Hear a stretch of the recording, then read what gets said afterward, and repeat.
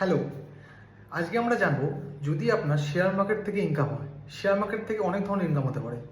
আপনি equity share কেনেন বা শেয়ার কেনেন এবং তারপরে কিছুদিন বাদে 1 মাস 2 মাস বাদে বা 1 বছর বাদে 2 বছর বাদে বিক্রি করে দেন। সেই ধরনের একটা ইনকাম হতে পারে। বা আপনি মিউচুয়াল ফান্ড কেনেন, সেটা বিক্রি করতে পারেন, সেটা থেকে ইনকাম হতে পারে। বা আপনার কী হতে পারে, আপনি শেয়ার থেকে লসও করতে পারেন। এছাড়া আপনি ট্রেডিংও করতে পারেন। Share market investing and trading both are different. যদি আপনি ট্রেডিং করে থাকেন সেক্ষেত্রে এফ&ওতে ট্রেডিং করতে পারেন, ফিউচার অ্যান্ড অপশন। বা আপনি ইকুইটি মার্কেটেও ট্রেডিং করতে পারেন, যেটাকে বলা হয় ক্যাশ মার্কেট, যেখানে আপনি একটা শেয়ার কেনেন, 2 দিন হোল্ড করেন, 3 দিনের মাথায় বিক্রি করে দেন। বা আপনি আজকেই কিনছেন, আজকেই বিক্রি করে দেন, তাদেরকে বলা হয় ইন্টারডে ট্রেডিং। সেক্ষেত্রে আমার যদি সেখান থেকে ইনকাম হয়, তাহলে আমি কোন আইটিআর ফাইল করবো? আইটিআর যখন আপনি ফাইল করবেন তার আগে মাথায় রাখতে হবে আপনার ওই ইনকাম ছাড়াও আর কি ধরনের ইনকাম আছে। ধরুন আপনার শেয়ার মার্কেটে ইনকাম আছে, লং টার্ম ক্যাপিটাল গেন বা শর্ট টার্ম ক্যাপিটাল গেন, এবং তার সাথে আপনার স্যালারি ইনকাম, তাহলে আপনি আইটিআর 2 ফাইল করবেন। যদি আপনার ইনকামটা বিজনেস থাকে, আপনার বিজনেসও থাকে, তার সঙ্গে আপনার শেয়ার মার্কেট ইনকাম থাকে, সেক্ষেত্রে আপনি আইটিআর 3 ফাইল করবেন। যদি আপনার ট্রেডিং ইনকাম থাকে, সেক্ষেত্রে আপনাকে আইটিআর 3 ফাইল করতে হবে। কিন্তু আপনি 3টে ইনকাম থাকে, স্যালারি ইনকামও থাকে, বিজনেস ইনকামও থাকে এবং ট্রেডিং ইনকামও থাকে এবং শেয়ার মার্কেট ইনকাম থাকে, তাহলেও আপনি আইটিআর 3 ফাইল করবেন।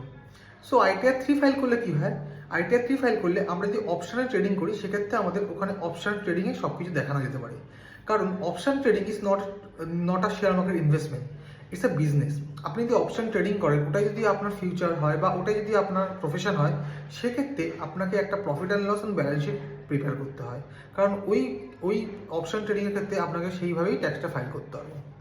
এছাড়া যদি আপনি কোনো কারণে শেয়ার মার্কেট থেকে লস করেন বা আপনি যদি ট্রেডিং থেকে লস করেন, সেই লসও ক্যারি ফরওয়ার্ড করা যায়, যাতে আপনার ফিউচারে যখন গিয়ে প্রফিট হবে, সেই প্রফিট থেকে আপনি সেম লসটা আপনি কী করতে পারবেন, ওখান থেকে আপনি এক্সেমশন নিতে পারবেন বা ডিডাকশন নিতে পারবেন। কিরকমভাবে? ধরুন আপনার এই বছর 2 লাখ টাকা লস হয়েছে, আপনার পরের বছর 4 লাখ টাকা প্রফিট হয়েছে।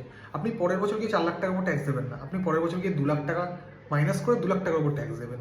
সেটাকে বলা হয় set of and carry forward. সেটাকেও আপনার ক্যারি ফরওয়ার্ড করার জন্য বিভিন্ন শিডিউলে, আইটিআর 2 আর আইটিআর 3 শিডিউলে আপনাকে ওটা শো করতে হয়, তবেই আপনি গিয়ে ক্যারি ফরওয়ার্ড করতে পারবেন। আপনার যদি শেয়ার মার্কেট নিয়ে কোনো কিছু জানার থাকে বা আপনি শেয়ার মার্কেট নিয়ে কীভাবে আপনি আইটিআর ফাইল করবেন, সেটা নিয়ে যদি কোনো প্রশ্ন থাকে, আপনি আমাকে ডাইরেক্ট ফোন করতে পারেন বা মেসেজ করতে পারেন।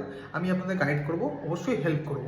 সেক্ষেত্রে আমার ফোন নাম্বার ডিসক্রিপশন বক্সে দেওয়া আছে, আমাকে কল করে নেবেন। Thank you.